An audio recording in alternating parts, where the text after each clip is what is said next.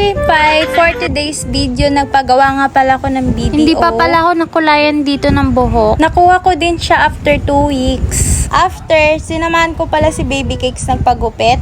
Ito pala yung tropa ni Baby Cakes ko. Shout out sa tropa niya. Dalawin niya siya dito sa San Mateo. Dito lang sa palengke. Kompleto nga pala sila dito. May keratin, Brazilian treatment at hair color. May botox pa. Dumating na pala yung Shopee ko, guys. So yun guys, meron siyang freebies. Kaso tinignan ko, expired na ata. Pwede pa gamitin ng 1 day. Sayang naman. Pangpapu daw, tigimot.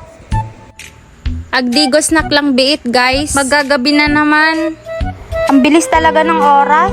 So bago matulog, nag-stretch-stretch nga pala ako ng mga aking kamay kasi matataba na. Yan, 10 minutes workout lang sa arm.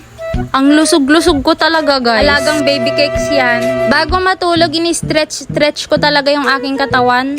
Tapno at damit shape ta, dure na lukmeg. So yun, tapos na. Ito nga pala yung Baby Cakes ko din, si Nikki. Sabi niya, ang ganda daw nung nanonood.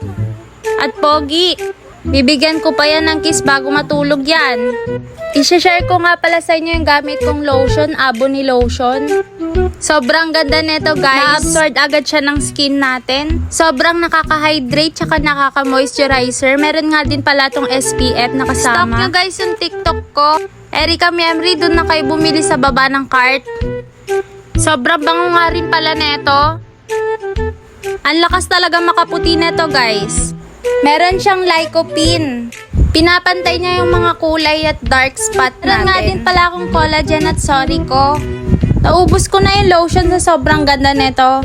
Add nyo ako sa TikTok guys. Thank you for watching. Please follow and click the heart button. Thank you.